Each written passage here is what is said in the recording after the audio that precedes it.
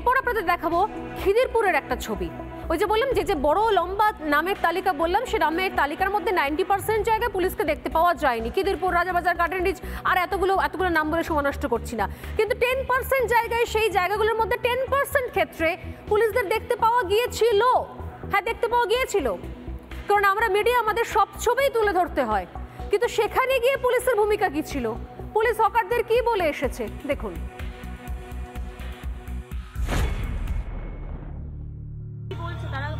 ওনারা এসছেন, এসে বলেছেন আপনাকে আমাদের দোকানটা মালপাল তুলে নিন, এটা অর্ডার আছে আমাদের সরিয়ে দিতে, যেটা রোডের উপরে আছে সেটা ফুটে করতে হবে এসে বলেছে। মানে ফুটপাত ছেড়ে করতে বলেছে না, রাস্তা ছেড়ে ফুটের উপরে রাখতে, যেরকম এখানে রাখা আছে, ওইদিকে আছে, মানে বললো রাস্তা ছেড়ে ফুটের উপরে ব্যবসা করতে পারবে। যার এরাম আছে একটু সরিয়ে দিন। না, বলে গেছে কি আমার যে এখানে আছে জায়গাটা শর্ট করে এখানে লাগাতে, রোডে যেতে মারহান করেছে, রোডে যেতে হবে না, ঠিক আছে।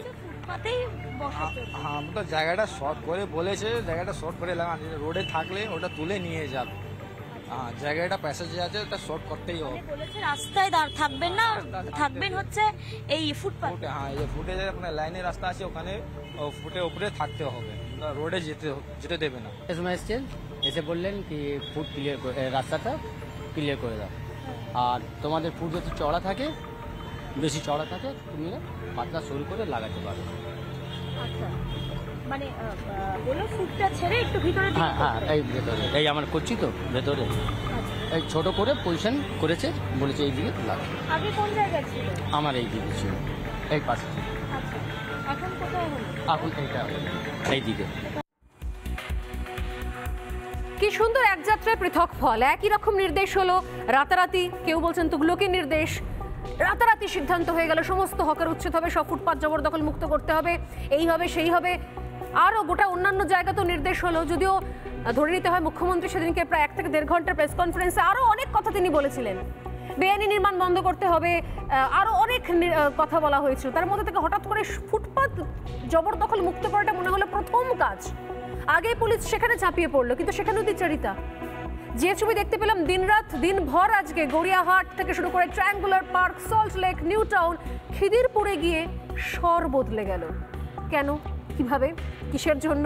আমাদের সঙ্গে যারা রয়েছেন এই মুহূর্তে, বিজেপি মুখপাত্র কেয়া ঘোষ রয়েছেন হকার সংগঠনের নেতা তুলানন্দ ঠাকুর, রয়েছেন শিক্ষাবিদ কাজী মাসুম আক্তার, রয়েছেন সিপিএম নেতা শতরূপ ঘোষ, রয়েছেন রাজনৈতিক কর্মী এবং শাসকের পক্ষে যিনি বলবেন অনিন্দ্য সিনহা রয়।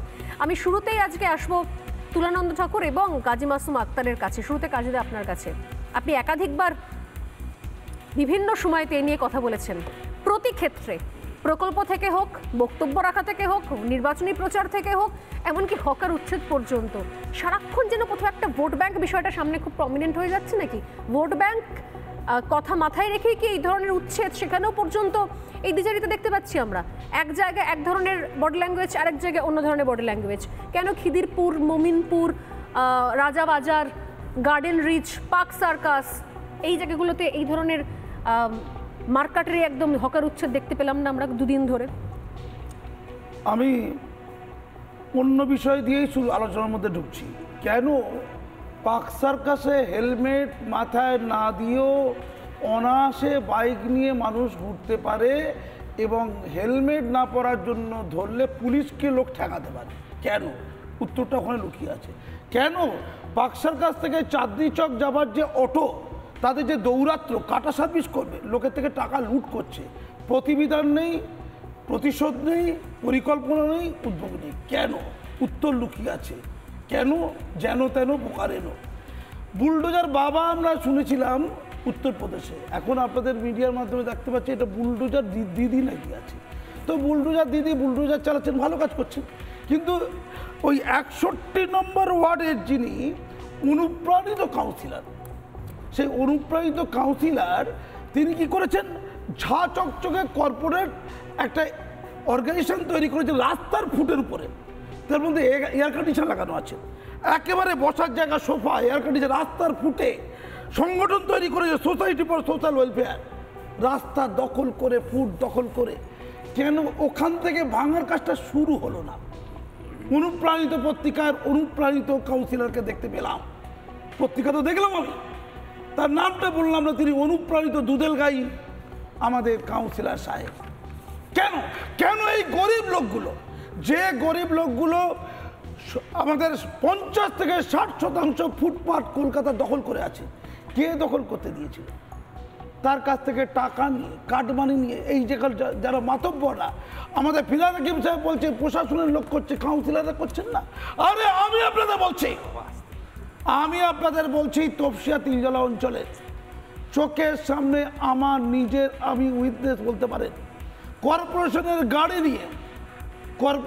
গাড়ি নিয়ে সরকারি খাস জমির উপরে তৈরি হওয়া জলাশয় বোঝানো হচ্ছে, 100 বছর পুরনো জলাশয়, সরকারি পাম্প ইউজ করে জল তোলা হচ্ছে, দীর্ঘদিন ধরে চলছিল। আমি মাননীয় মেয়রকে চিঠি করেছি, মাননীয় মুখ্যমন্ত্রীকে চিঠি করেছি, তার কপি আছে।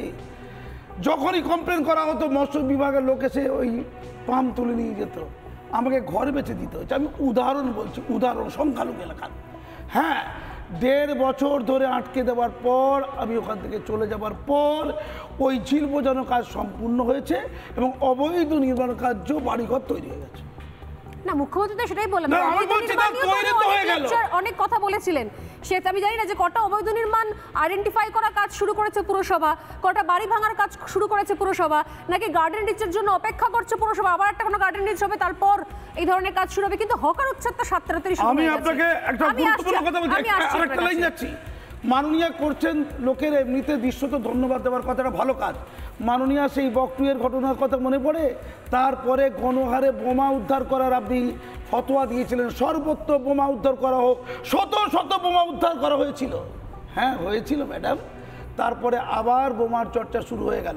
কারা বোমা লুকিয়েছিল, কারা বোমা তৈরি করেছিল, তাদের কি শাস্তিটা হয়েছে? আমি